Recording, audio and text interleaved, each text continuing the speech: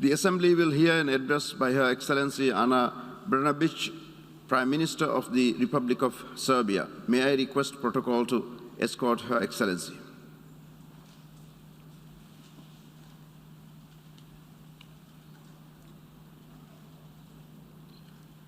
I have great pleasure in welcoming Her Excellency Ana Brnabić, Prime Minister of the Republic of Serbia. I invite her to address the General Assembly. Thank you very much, Mr. President, Mr. Secretary General, Excellencies, ladies and gentlemen. I have the great honor to address you today on behalf of the citizens of the Republic of Serbia. Esteemed Excellencies, Mr. Abdullah Shahid, Mr. Volkan Bozkir, and Mr. Antonio Guterres, I would like to thank you for the active engagement, dedication, and leadership you have shown for the United Nations and all of humanity during these difficult times. Serbia shares your conviction, and we remain fully committed to supporting your efforts.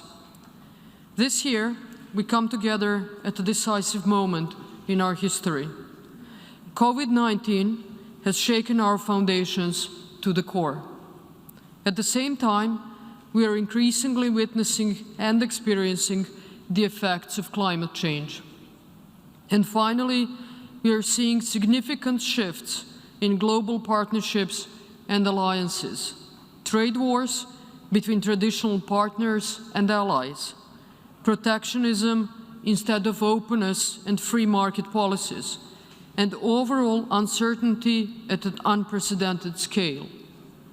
Some of the pressing and extremely emotional issues that we have locally in the Balkans are still unresolved.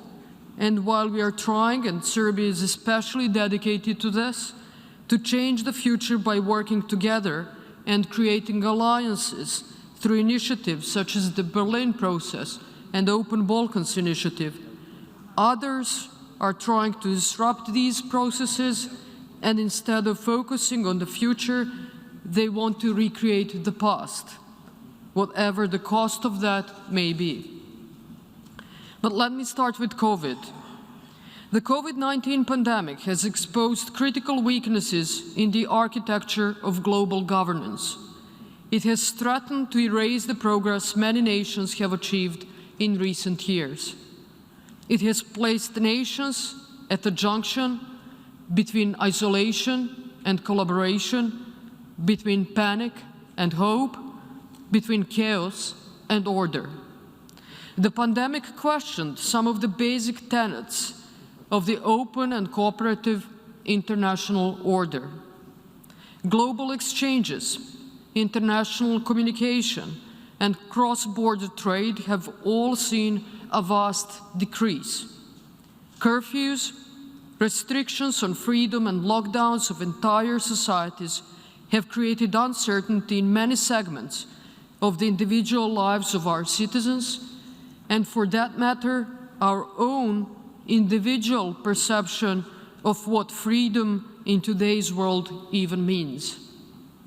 For Serbia, this pandemic threatened to undermine everything we have been doing for the past 7 years, to crush all of the results and accomplishments of difficult reforms we initiated in 2014, and to propel us back to the times of high unemployment, rising public debt, uncontrollable deficit, and overall desperation.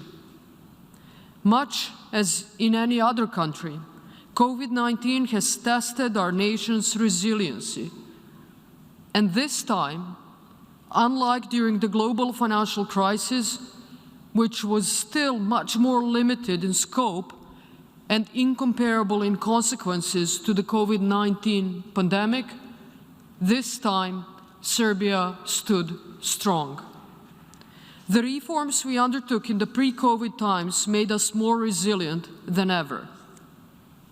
The fiscal consolidation, the budget surplus we had, efficient and predictable investment environment became a lifeline that saved us from a recession during the pandemic, and one that ensured we could support our citizens and our economy during these most difficult of times.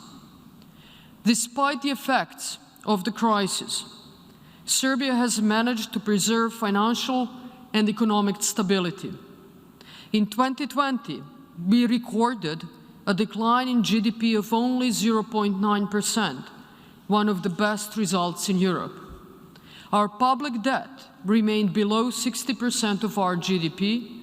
Average salary continued to grow by almost 10%, while despite the pandemic, the number of people employed increased by over 3%. The recovery this year has been stronger than we expected. Our GDP will grow approximately 7% and perhaps by even more. Prior to the pandemic, we have opened our borders to investment, technology, and ideas, and we managed to create a peaceful and stable environment that allowed us to pursue rapid domestic transformation with innovation and knowledge-based economy as the foundation. The innovative advances we have made allowed us to diversify our capabilities when the virus hit, through e-government, online education, digital textbooks, and a central software system which drove a successful vaccination rollout. We invested heavily in healthcare infrastructure and strengthened the health system in order to respond to the current crisis, and are eternally grateful to our healthcare workers for their dedicated struggle. Our decision to put geopolitics aside and people at the center of our policies is the reason we were able to acquire vaccines quicker than most other nations. We did not discriminate between manufacturers, did not care whether vaccines are from the East or West, but chose to negotiate with all vaccine manufacturers deemed safe by regulators. This openness gave us the ability to purchase vaccines from around the world, giving our citizens the unique freedom to choose which vaccine they prefer. Excellencies, Serbia believes in solidarity between nations, multilateralism, and helping others when in need. Since the beginning of this year, we have made it our mission to support our neighbors and all those in need with COVID-19 vaccines. We have also allowed foreign nationals to come to Serbia to receive the vaccine which will protect their lives.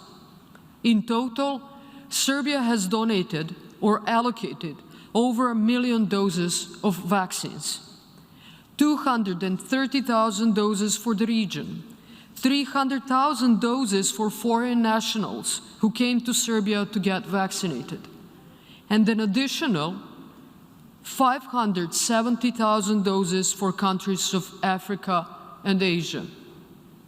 And we will keep doing so to the greatest extent possible until COVID-19 is behind all of us. This is why we have also taken steps to acquire the technology to produce at least 2 types of vaccines to help improve global access so we can all be safe and triumph over this virus. However, as stated by dignitaries of some of the largest nations during this General Assembly, there are other pressing issues that all of us need to keep addressing without any delay and in a bold manner. And the most urgent is climate change. Serbia has redoubled its efforts to make our country safer and cleaner for its citizens, and by doing so, contribute to the fight against climate change and for environmental protection. We are strongly committed to the implementation of the Sustainable Development Goals and the Paris Agreement on climate change. We are committed to global efforts and will continue to work actively to meet our obligation under the UN Framework Convention on Climate Change. We are about to submit our revised nationally determined contributions to contribute to this critical global effort. We have already announced our intention to reduce greenhouse gases by at least 33.3% compared to 1990 and 13.2% compared to 2010, which we are currently incorporating into our energy and climate strategic documents. We work strategically on planning and investments in this sector. These investments are extremely expensive, requiring years and decades of commitment and a systematic approach. But we are firmly set on the path of this transformation. Ladies and gentlemen, of all the challenges we face, the most worrisome for Serbia is the maintenance of peace and stability in the southern Serbia province of Kosovo and Metohija.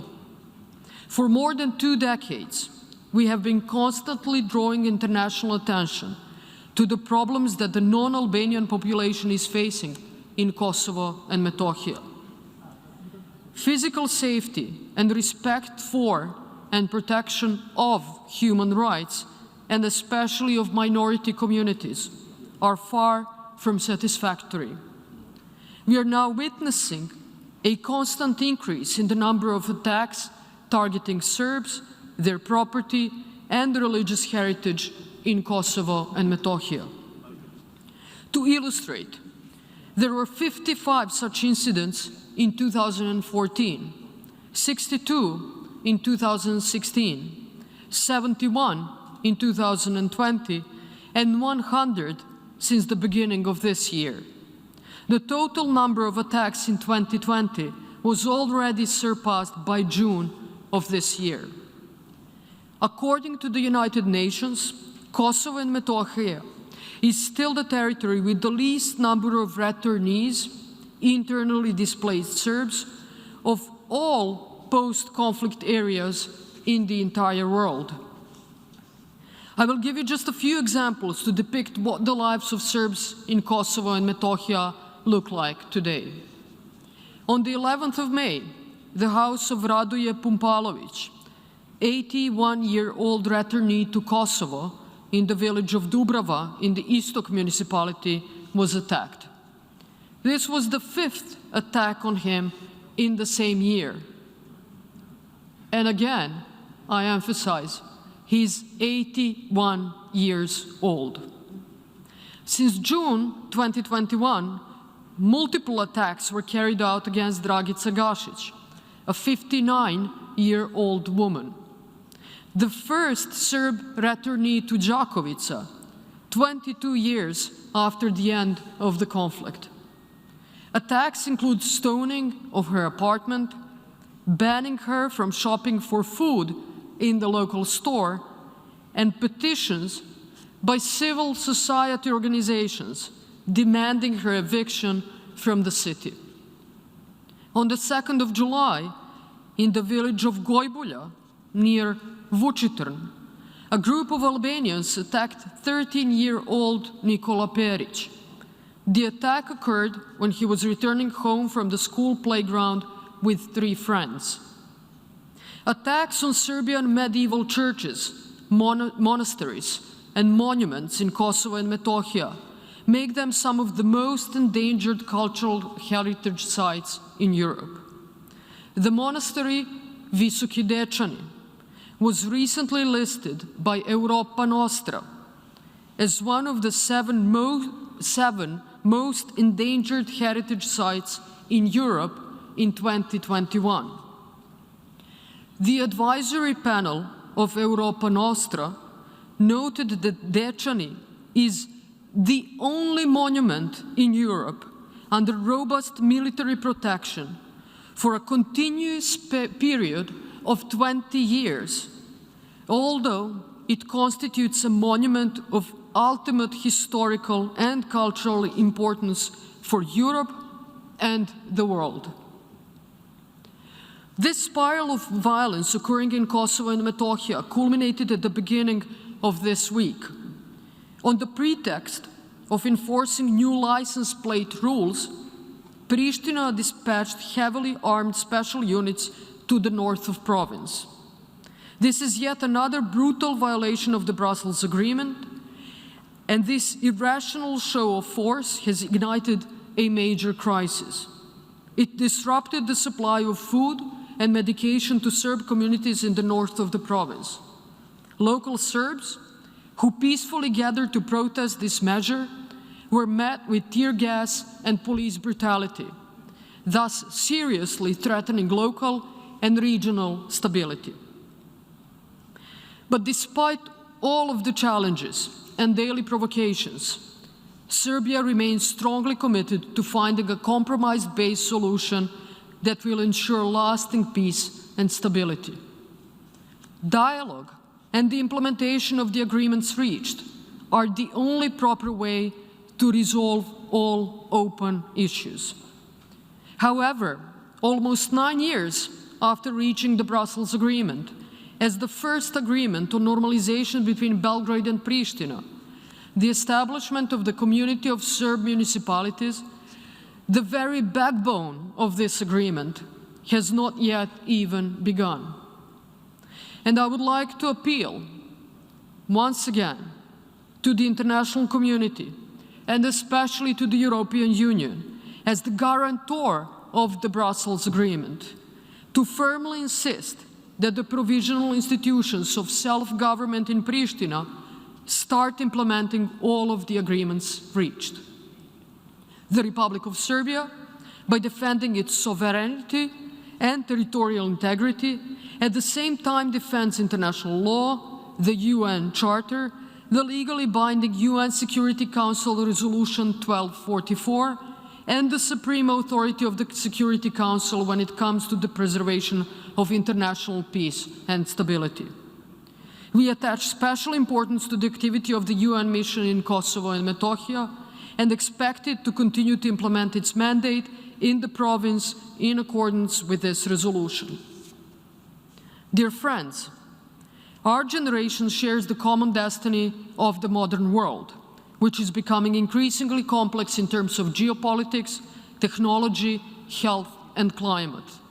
In the face of these challenges, Serbia will continue nurturing international partnerships on a predictable and transparent basis. We will continue pursuing rule of law reforms on our EU path, which is our strategic foreign policy goal.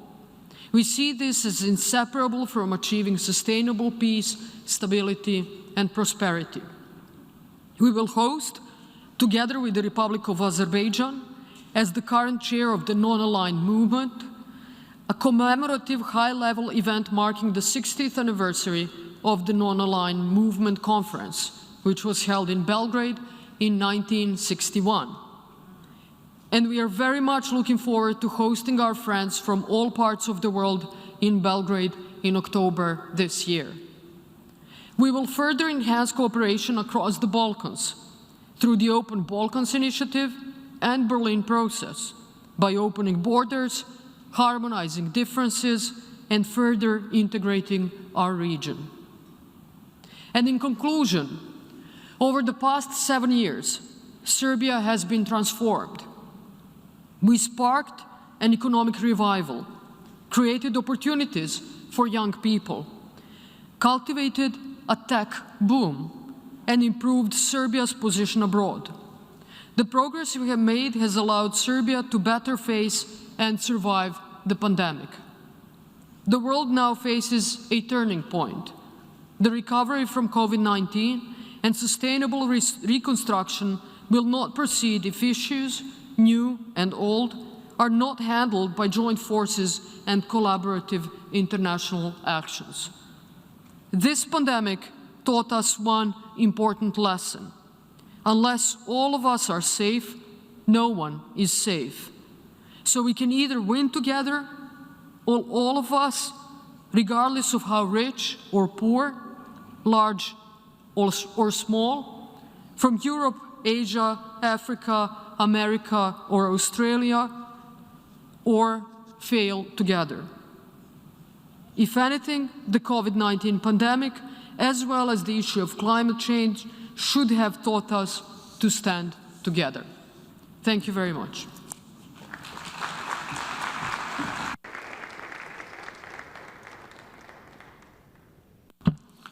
Au nom de l'Assemblée générale, On behalf of the General Assembly, I wish to thank the Prime Minister of the Republic of Serbia for the statement just made. I ask protocol to accompany Her Excellency. I now give the floor to the representative of Denmark to introduce the statement